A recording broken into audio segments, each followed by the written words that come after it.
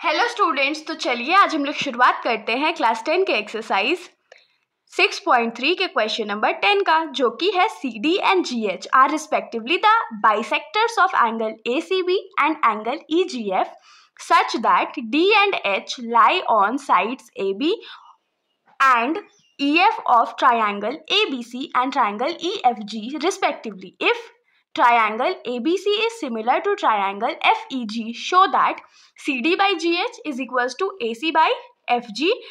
और दूसरा हम लोग को क्या प्रूफ करना है कि triangle DCB is similar to triangle HGE. तीसरे में है triangle DCA is similar to triangle HGF. तो देखिए इस क्वेश्चन में हम लोगों को क्या बोला गया है कि हम लोगों के पास दो ट्राइंगल है, ट्राइंगल ABC और ट्राइंगल EFG, और इन दोनों में जो एंगल ACB और एंगल EGF जो है उसका एंगल बाइसेक्टर है CD और GH. मतलब कि एंगल ACB का एंगल बाइसेक्टर कौन है, तो CD है, और EGF एंगल का बाइसेक्टर कौन है, तो GH है.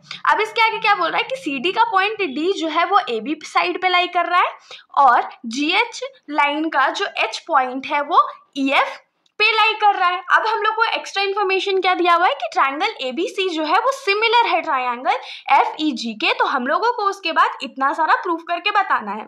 तो देखिए सबसे पहले तो इसमें हम लोग को प्रूफ करना है कि रेशियो जो साइड्स का है वो इक्वल है. तो अब वो करेंगे कैसे, तो उसके लिए तो सबसे पहले हम लोगों को फिगर ड्रॉ करना पड़ेगा. तो चलिए हम लोग फिगर ड्रॉ कर लेते हैं. मान लीजिए ये हमारा ट्राइंगल पहला वाला है और ये अज्यूम करते हैं कि ये हमारा दूसरा वाला ट्राइंगल है. तो ये ट्राइंगल अगर ABC है और ये जो ट्राइंगल है वो FEG है. अब CD एंगल बाइसेक्टर था ना, तो CD यहाँ पर हो जाएगा और GH था तो ये यहाँ पर हो जाएगा. तो अब देखिए इसमें हम लोगों को क्या बोला गया है कि सबसे पहला प्रूविंग जो है वो CD by GH है. मतलब कि CD by GH का जो रेशियो है किसके बराबर है, तो AC by FG. मतलब कि अगर इन दोनों ट्राइंगल को हम लोग सिमिलर प्रूव कर दे तो पहला वाला क्वेश्चन हम लोग का आराम से प्रूव हो जाएगा. तो अब उसको करेंगे कैसे, उसके लिए हम लोग क्या करेंगे, तो हम लोगों को गिवन क्या है, हम लोगों को गिवन है कि ट्राइंगल ABC जो है वो सिमिलर है ट्राइंगल FEG के. तो ट्राइंगल ABC बड़ा वाला जो ट्राइंगल है वो ट्राइंगल FEG बड़े वाले ट्राइंगल के सिमिलर है. इतना हम लोगों को गिवन. और हम लोग जानते हैं कि जब हम लोग का ट्राइंगल सिमिलर होता है तो उसका जो एंगल्स है वो आपस में इक्वल होता है. तो यहाँ पर से हम लोग क्या लिख सकते हैं कि एंगल, ये वाला एंगल को पहले लिखते हैं, ये वाला एंगल इसके बराबर होगा, ये इसके बराबर होगा, ये वाला एंगल इसके बराबर होगा. तो लिखेंगे एंगल ACB जो है वो किसके बराबर है, तो FGE के. नेक्स्ट कौन सा एंगल लिखेंगे, तो चलिए ऊपर वाले लिख लेते हैं. तो उसको क्या लिखेंगे, एंगल CAB जो है वो किसके बराबर हो जाएगा, तो GFE के बराबर हो जाएगा. और एक एंगल कैसे इक्वल हो सकता है, तो इस एंगल को क्या नेमिंग करेंगे, एंगल ABC जो है वो इक्वल है एंगल FEG के. होप सो आप लोगों को इतना समझ में आएगा. और रीजन तीनों का देना पड़ेगा. तो रीजन हम लोग तीनों का क्या देंगे, तो corresponding angles of similar triangles. Hope so इतना आप लोगों को समझ में आया होगा. अब देखिए हम लोगों को क्या गिवन है, हम लोगों को तो प्रूव करना है कि ये दोनों ट्राइंगल जो है वो आपस में कॉन्ग्रुएंट है. तो इन दोनों को कॉन्ग्रुएंट प्रूव करने के लिए एटलीस्ट हम लोग को दो एंगल इक्वल चाहिए. तो एक एंगल मतलब ये वाला जो एंगल है वो तो इसके इक्वल है, ये हम लोगों को मिल गया. एक एंगल और चाहिए, तो चाहे तो ये एंगल इसके इक्वल होना चाहिए या फिर ये एंगल इसके इक्वल होना चाहिए. तो अब इसको करेंगे कैसे, तो देखिए यहाँ पर हमने क्या लिखा कि एंगल ACB जो है, मतलब ये बड़ा वाला, ये वाला जो एंगल है वो इस वाले एंगल के बराबर है. अगर ये दोनों एंगल बराबर है तो इसका 50-50 पोर्शन भी जो होगा वो भी तो बराबर होगा. तो हम लोग क्या लिखेंगे कि नाउ वी नो कि एंगल ACB जो है वो किसके बराबर है, FEG के बराबर है. अगर मल्टीप्लाई करते हैं हम लोग दोनों हाफ साइड, ठीक है, तो मल्टीप्लाइंग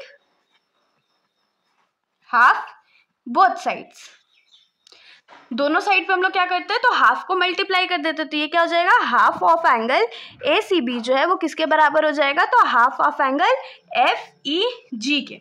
तो हाफ ऑफ एंगल एसीबी क्या होगा, half of angle ACB, angle ACB है तो इसका आधा वाला पोर्शन ये भी हो सकता है, ये भी हो सकता है, लेकिन हम लोग को अभी किसका काम है, तो इसका काम है, तो हम लोग ये ले लेंगे और उसके बाद इसमें हम लोग क्या ले सकते हैं, तो ये वाला लिख लेते हैं। तो अब हम लोग क्या करेंगे, तो हाफ ऑफ एंगल एसीबी को हम लोग क्या लिख सकते हैं, एंगल एसीडी जो है वो किसके बराबर है, तो एंगल एफजीएच के बराबर है। इसको हम लोग to be equation number 1 assume कर लेते हैं। और एक काम करते हैं, दूसरे वाले एंगल के साथ क्यों नाइंसाफी करना है, तो अगर ये इसके बराबर है तो हम लोग क्या कंसीडर कर सकते हैं कि ये भी इसके बराबर होगा, क्योंकि ये भी तो पूरे एंगल का हाफ है ना। तो इसको भी हम लोग लिख देते हैं कि एंगल बीसीडी जो है वो किसके बराबर है, तो एंगल ईजीएच के बराबर है। और इसको टू बी अज्यूम कर लेते हैं इक्वेशन नंबर 2। और एक चीज देखिए, इन दोनों ट्रायंगल में ये एंगल इक्वल है, तो इसको इक्वेशन हम लोग थोड़ा सा मान लेते हैं। तो कौन सा इक्वेशन मानेंगे, तो इसको इक्वेशन नंबर 3 अज्यूम कर लेते हैं, क्योंकि अभी हम लोगों को बहुत काम आने वाला है। तो अब हम लोग क्या करते हैं, इन दोनों ट्रायंगल्स को सिमिलर प्रूव करते हैं। तो अब हम लोग लिखेंगे कि now in triangle ACD and triangle FGH, इन दोनों ट्रायंगल में जो जो इक्वल है वो हम लोग लिख लेंगे। तो सबसे पहले हम लोग क्या लिख सकते हैं कि एंगल CAB जो है वो किसके बराबर है, तो एंगल GFE के बराबर है। इतना हम लोग कहाँ से लिखे हैं, तो अभी हमने इक्वेशन नंबर 3 जिसको अज्यूम किया है वहां से हमने इसको लिखा हुआ है। तो आप लोग इसको रीजन में क्या लिख सकते हो, फ्रॉम इक्वेशन नंबर 3। उसके बाद एक हमने अभी क्या लिखा था कि एंगल ACD जो है वो एंगल FGH के बराबर है। इसको हमने कहाँ से लिखा, तो फ्रॉम इक्वेशन नंबर 1 से लिखा है। होप सो इतना आप लोगों को समझ में आया। तो क्या लिखेंगे, therefore by AA similarity triangle ACD जो है वो सिमिलर है ट्रायंगल FGH के। इतना तो हम लोगों को मिल गया, लेकिन हम लोगों को तो इसका साइड्स का रेशियो इक्वल बताना था। तो हम लोग सिंपली क्या लिख सकते हैं कि CD बाई GH का जो रेशियो होगा वो किसके बराबर होगा, तो AC बाई FG के। और इसके रीजन क्या लिखेंगे, तो corresponding sides of similar triangles, ये इसका रीजन हो जाएगा। इतना तो आप लोगों को आता होगा, इतना तो हमने बहुत पहले भी पढ़ा है। तो यहाँ पर से हम लोग का जो फर्स्ट क्वेश्चन था वो प्रूव हो चुका है। तो फर्स्ट क्वेश्चन इज प्रूव्ड। अब हम लोग आ जाते हैं हमारे सेकंड क्वेश्चन पे। तो सेकंड क्वेश्चन हमारा क्या था कि सेकंड पार्ट में हम लोगों को प्रूव करना था कि ट्रायंगल DCB जो है वो सिमिलर है ट्रायंगल HGE के। तो हम लोग ट्रायंगल एक बार ड्रॉ कर लेते हैं। तो ये हमारा ट्रायंगल ABC है, अज्यूम कर लीजिए। और ये हमारा दूसरा वाला ट्रायंगल है FEG। और यहाँ पर हमारा ये एंगल बाइसेक्टर D था और यहाँ पर ये एंगल बाइसेक्टर GH था। होप से इतना आप लोगों को समझ में आया होगा। तो इसमें हम लोगों को क्या बोला कि हम लोगों को प्रूव करना है कि DCB जो है, DCB ये वाला जो ट्रायंगल है वो किसके सिमिलर है, तो ट्रायंगल HGE ये इस ट्रायंगल के सिमिलर है। तो अब इसको हम लोग प्रूव करेंगे कैसे, तो देखिए अभी हमने इक्वेशन नंबर 2 जो अज्यूम करा था उसमें हमने क्या प्रूव करा था कि ये वाला जो एंगल है इसके बराबर है। तो एक एंगल तो हम लोग को मिल गया। एक चीज और हमने क्या देखी थी कि ट्रायंगल ABC और FEG सिमिलर था, ये हम लोग को गिवन था। तो उसके हिसाब से ये एंगल इसके बराबर था, ये एंगल इसके बराबर था और ये वाला जो एंगल था इसके बराबर था। तो यहाँ से हम लोग क्या लिख सकते हैं कि ये एंगल इसके बराबर था। तो हम लोग को दो एंगल जो है इसमें इक्वल मिल गया। तो हम लोग AA सिमिलैरिटी का यूज करके क्या लिख सकते हैं कि ये दोनों ट्रायंगल जो है वो आपस में सिमिलर है। तो हम लोग इसको लिख लेते हैं। तो हम लोग क्या लिखेंगे,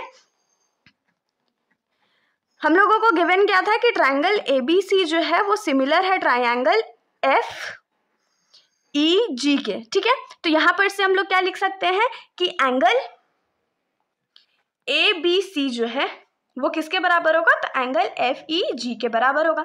इसको हम लोग टू बी अज्यूम कर लेते हैं इक्वेशन नंबर 4। और रीजन में आप लोग यहाँ लिख सकते हैं corresponding angles of similar triangles. ये हमने पिछले बार भी गिवन में लिखा था फर्स्ट क्वेश्चन में। तो वहां पर भी अगर आप इसको इक्वेशन नंबर 4 अज्यूम कर लोगे तो आपका काम हो जाएगा। अब हम लोग क्या लिखेंगे कि in triangle DCB and triangle HGE, इन दोनों ट्रायंगल में सबसे पहले हम लोग क्या लिखेंगे, तो एंगल DCB या DCB को छोड़ते हमने इस एंगल को क्या नाम किया था, BCD नाम किया था। तो BCD इज इक्वल टू किसके बराबर हो जाएगा, तो एंगल EGH के बराबर हो जाएगा। ये हमने कहाँ से लिखा, तो इक्वेशन नंबर 2 से। तो फ्रॉम इक्वेशन 2, ये मिल गया। और एक चीज हम लोग क्या लिखने वाले हैं कि एंगल ABC जो है वो किसके बराबर है, तो एंगल FEG के। और ये हम लोग कहाँ से लिख रहे हैं, तो फ्रॉम इक्वेशन 4।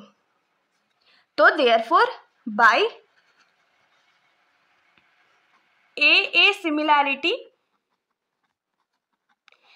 सिमिलैरिटी से हम लोग क्या लिख सकते हैं कि ट्राइंगल DCB जो है वो सिमिलर है ट्राइंगल HGE के। यही हम लोग को प्रूव करना था, तो सेकंड वाला जो है वो प्रूव हो गया है। अब हम लोग आ जाते हैं इस क्वेश्चन के थर्ड पार्ट पर। तो इस क्वेश्चन का जो थर्ड पार्ट है उसमें हम लोगों को क्या प्रूव करना है कि ट्राइंगल DCA जो है, DCA कौन सा ट्राइंगल है, तो DCA ये वाला जो ट्राइंगल है वो ट्राइंगल HGF के बराबर है, ये ट्राइंगल इसके बराबर है। तो अभी आप लोग सोच रहे हो अरे ये तो हमने एक पहले वाले क्वेश्चन में भी प्रूव किया था। तो देखिए हमने सेम ट्राइंगल जो है क्वेश्चन नंबर 1 में भी प्रूव कर रखा था। तो आप लोग क्या कर सकते हो, डायरेक्ट लिख सकते हैं कि ऑलरेडी प्रूव्ड इन क्वेश्चन नंबर 1, ये भी लिख सकते हो, वरना क्या कर सकते हो, तो दोबारा प्रूव करके दिखा सकते हो। तो इसको हम लोग कैसे लिखेंगे कि in triangle DCA and triangle HGF। तो जैसे जैसे उसमें प्रूफ करा था अभी भी हम लोग उसको क्या करेंगे, तो प्रूफ कर देंगे। तो क्या लिखेंगे कि एंगल CAB जो है वो एंगल GFE के बराबर है। और ये हमने कहाँ से लिखा था, तो फ्रॉम इक्वेशन नंबर 2 से लिखा था। दूसरा हम लोग क्या लिखेंगे कि एंगल ACD जो है वो एंगल FGH के बराबर है। ये हमने कहाँ से लिखा था, तो फ्रॉम इक्वेशन नंबर 1 से लिखा था। यहाँ पर ये हमने इक्वेशन नंबर 3 से लिखा था ना। अब हम लोग क्या लिखेंगे कि therefore by AA similarity triangle DCA जो है वो सिमिलर है ट्राइंगल HGF के, हेंस प्रूफ। तो इसके साथ हमारा जो क्वेश्चन का थर्ड पार्ट था वो भी प्रूव हो चुका है। तो अगर आप लोगों को कोई भी डाउट हो तो आप लोग बेशक कमेंट सेक्शन में पूछ सकते हो, वरना अगर आप लोगों को वीडियो अच्छी लगी तो वीडियो को लाइक करिएगा और मेरे चैनल को बिना सब्सक्राइब करे कहीं मत जाइएगा। Thank you.